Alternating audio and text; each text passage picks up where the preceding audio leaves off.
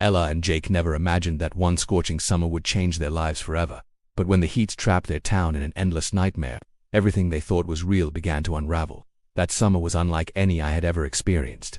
The heat seemed to press down on everything relentlessly, turning even the smallest task into a chore. The sun baked the cracked roads, and the air itself felt thick and heavy, like a weight pressing on my chest every time I stepped outside. Even at night, when the sun finally disappeared behind the hills, the warmth didn't fade. The darkness was muggy, soaked in the kind of heat that made you sweat just from lying still. The usual relief that came with the evening breeze never arrived. It was as if the summer had swallowed the whole town, trapping us in an endless furnace. I tried to keep myself busy, but the heat made my skin itch, and my thoughts sluggish. Inside my small house, the ceiling fan spun lazily, doing little to ease the stifling atmosphere. I found myself restless, needing to get out, to breathe something other than the stale air that clung to every corner. So one late afternoon, just before the sun slipped down, I decided to walk to the park at the edge of town. It was a place I hadn't visited in a long time. Usually it was full of live kids running around, parents chatting, dogs barking, but today it was silent. The playground sat empty, the swings swaying slowly in the faint breeze. The ground was cracked and dry, the grass brittle and brown from the unrelenting heat. The old metal slide reflected the dying sunlight, making it glow with an eerie orange tint. There was something about the silence that felt off, like the park had been abandoned suddenly and everyone had just vanished. I stepped onto the worn path that circled the playground, my footsteps crunching on the dust. That's when I noticed them small footprints in the dirt near the bench. They were fresh and damp, as if someone had been there only moments before. The prints were tiny, much smaller than mine, and they seemed to lead toward the trees at the back of the park, where the shadows thickened.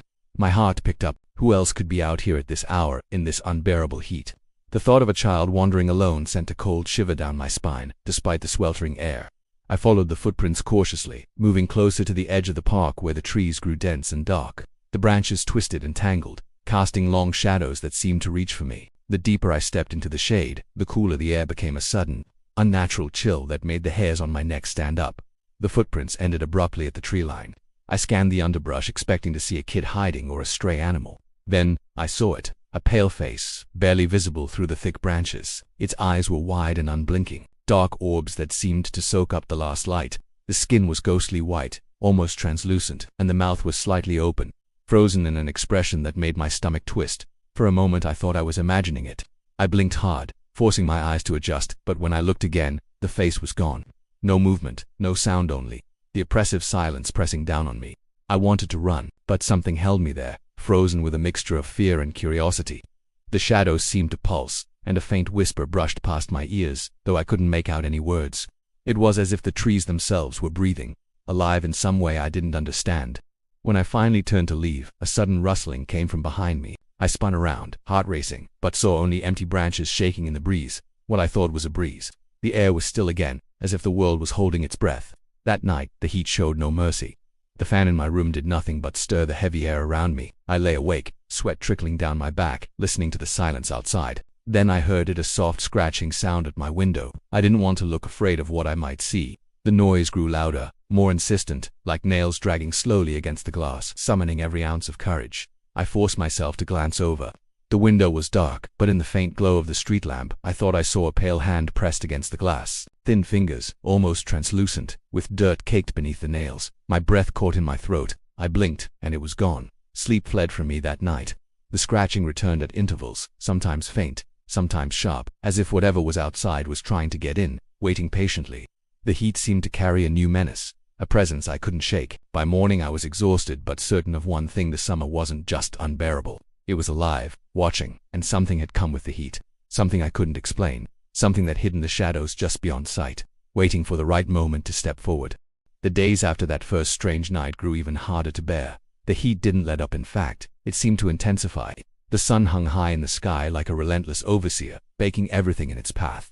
Our town, usually full of chatter and movement, had grown quiet. People stayed inside as much as they could, doors and windows shut tight against the sweltering air. I was no different. The only relief I had was from the weak breeze that sometimes stirred through the cracked streets, but even that felt sticky and warm, almost suffocating. Then, one afternoon, the power went out. The entire town plunged into darkness. I was in my kitchen when the lights suddenly blinked off. The ceiling fan slowed and stopped, leaving the heavy air to hang still. At first I thought it was just a temporary outage, maybe from the heat stressing the electrical lines. But when I checked my phone, There was no signal, no internet. The silence was overwhelming, no hum of air conditioners, no buzzing of electronics, just the eerie quiet of a town cut off. I lit a candle and sat in the dim glow, trying to calm myself. Outside, the sky was bright but oppressive, the sun's rays sharp and unyielding even without the usual buzz of electricity. I glanced around my house, grateful for the small candlelight but unsettled by the sudden darkness. That's when I noticed the flickering light in the hallway. It wasn't from any candle or lamp. The bare bulb overhead twitched on and off in uneven pulses, though the socket was empty. I rubbed my eyes, convinced I must be seeing things, but the flicker persisted. It cast long twisting shadows on the walls, making the hallway look like it was breathing. A sudden chill ran down my spine, so sharp it felt like ice against my skin despite the suffocating heat outside. The air around me seemed to drop several degrees, and the candle flickered wildly, almost going out. I stood up slowly, heart pounding, and walked toward the hallway. At the far end, the dim light flickered faster, then steadied for a moment. In that brief glow, I saw a figure standing motionless. It was tall and thin, almost too slender for a human shape. Its skin was pale to paland. Its face was a black void, like a shadow where eyes and mouth should have been. The figure didn't move or blink. It just stared at me. I wanted to speak, to ask what it was, but my throat was dry and tight. My body froze. Then, just as suddenly as it had appeared, the figure vanished. The flickering light stopped, leaving only the quiet hum of the candle. I tried to tell myself it was a trick of my mind, the result of the heat and the darkness playing games with my eyes. But deep down I knew something was wrong. Something had entered my home, something I couldn't explain. Over the next few days, the flickering returned often. Sometimes, when the candlelight was weak, the figure appeared again, always standing silently at the end of the hallway. Sometimes it was closer, other times farther away. I noticed that whenever the light flickered, I could hear footsteps pacing softly, barely audible, like someone walking slowly on old wooden floors. But whenever I looked, the hall was empty. I stopped sleeping well. Every creak, every whisper of movement made my heart jump. The oppressive heat outside was relentless, but inside, a different kind of cold settled over me, one that had nothing to do with temperature. It was as if the house itself was alive, watching me, waiting. One evening I decided to check the light fixture more carefully. I climbed on a chair and inspected the bulb socket. The bulb was missing, but the wiring looked intact. When I reached in to feel, I recoiled as a sudden cold surged through my fingers, like touching frozen metal. A faint whisper brushed my ear, indistinct words, but full of dread. I pulled back quickly, and the light flickered violently, plunging the hallway into shadow. The footsteps grew louder, circling the room like a predator stalking its prey.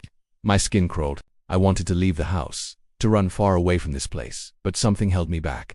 The next morning, I found scratches on the walls near the hallway, deep, jagged marks like claws tearing through plaster. I couldn't remember hearing anything the night before.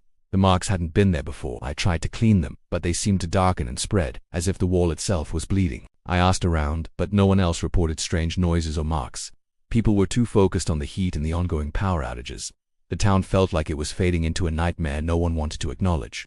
As the days went by, the figure appeared less in the hallway and more in the corners of my vision, always just out of focus, always watching. I caught glimpses of it in mirrors, reflected behind me, but when I turned, it was gone. The footsteps grew heavier, more frequent.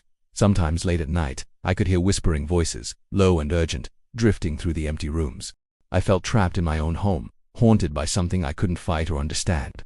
The flickering light became a cruel reminder that I was never truly alone. The summer heat was unbearable, but the cold presence lurking inside my house was worse, a shadow that didn't belong here but refused to leave. And just when I thought I might find some relief, the power flickered back on. The fans whirred to life, and the lights blazed overhead. But the moment the electricity returned, so did the figure. Only this time it was closer than ever. Standing at the foot of my bed as I woke in the early morning hours, its hollow face inches from mine. The heat outside had not broken, but inside, something had crossed over, and it wasn't done yet. Mrs. Will's house always had a quiet, gentle presence about it. She was the kind of neighbor you hardly noticed until you stopped to look. The elderly woman who spent her mornings tending to her garden, humming softly to herself as she worked. Her flowers bloomed like a small patch of color in the otherwise dusty street, brightening up the dull summer days. But that summer everything changed. The garden wilted. The vibrant reds and yellows faded to brown and shriveled leaves. I hadn't seen Mrs. Wills for nearly a week, which was unusual since she was always out watering her plants, no matter the heat. I tried not to worry, telling myself she might be ill or just staying indoors to escape the suffocating sun. But then I noticed her door, usually shut tight, was slightly open one afternoon when I passed by on my way home. The breeze made the old wooden door creak slowly, and something about the way it hung ajar sent a knot of unease twisting in my stomach. I hesitated, unsure if I should step inside. Curiosity won over caution. The moment I pushed the door open, a stale, musty smell hit me, like the house had been closed up for days. The air inside was thick and heavy, untouched by the summer heat that scorched outside. Dust motes floated in the narrow beams of sunlight streaming through the grimy windows. The living room was quiet, littered with faded furniture and withered plants. Everything looked as though it had been abandoned in a hurry. I moved carefully toward the kitchen, where the faded wallpaper peeled away from the walls. On the table lay a small notebook, its pages yellowed and edges frayed. I picked it up, flipping through the cramped, hurried handwriting inside. It was not a diary but a collection of strange symbols and warnings, something about summer shadows, watching eyes, and the silence before the end. The final pages were smeared with dirt, or maybe something darker, blurring the words into an unreadable mess. A sudden noise upstairs made me freeze. It was a soft thud, like something heavy dropped or a door closing somewhere far off. My heart hammered in my chest as I debated whether to leave or investigate. Against every instinct screaming at me to run, I climbed the creaky stairs, each step groaning under my weight.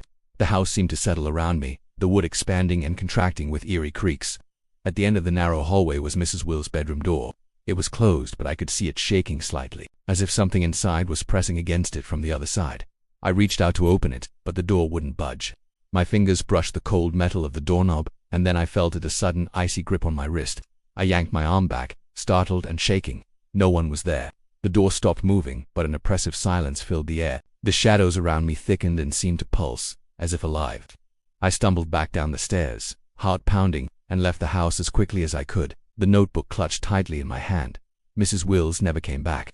Days turned into weeks, and her house remained empty, slowly decaying under the relentless summer sun. But the strange notebook stayed with me. I pored over its pages, trying to understand the cryptic warnings. Something about the summer shadows wasn't just superstition. There was a presence, a dark force that seemed to have taken hold of her home. One evening, as the sun dipped low, I passed by her house again. From inside, faint sobbing echoed through the broken windows. It wasn't the sound of a human voice, but something deeper, colder, an echo of despair that settled deep in my bones. I pressed my ear to the door, and the sobbing stopped abruptly. The house fell silent once more, like a breath held too long. Since that day, I felt eyes watching me whenever I'm near the old Will's house. The shadows around it don't behave normally. They stretch and twist against the fading light, moving in ways that defy logic. At night, I've seen flickers of pale faces staring out from broken windows, vanishing the moment I blink. I can't explain what happened to Mrs. Wills or what dark force claimed her home. But I know one thing, that summer wasn't just hot. It was a warning, a sign of something terrible lurking just beneath the surface. Something waiting to reach out from the shadows and drag you in. And every time I pass her empty house, I feel it, like a cold hand brushing against my skin, reminding me that some doors are better left closed. Days after the terrifying experience in the woods, the summer took on an even stranger, more sinister shape. The oppressive heat finally began to break, but not with the relief I had hoped for.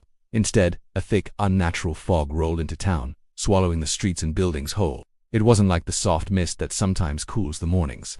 This fog was heavy and dense, clinging to the skin and filling the lungs with a damp chill that made every breath feel sharp and thin. The fog came without warning in the late afternoon, turning the golden sunlight into a pale, sickly glow. It crept through alleyways, poured over sidewalks, and settled into every crack and corner. People stopped leaving their homes altogether. The usual sounds of life, voices, cars, dogs barking, faded away until the town was silent, swallowed by the fog's cold embrace.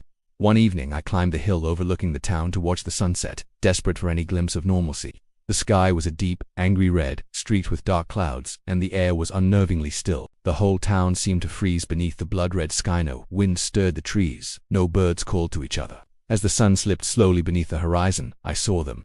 At first I thought it was my imagination.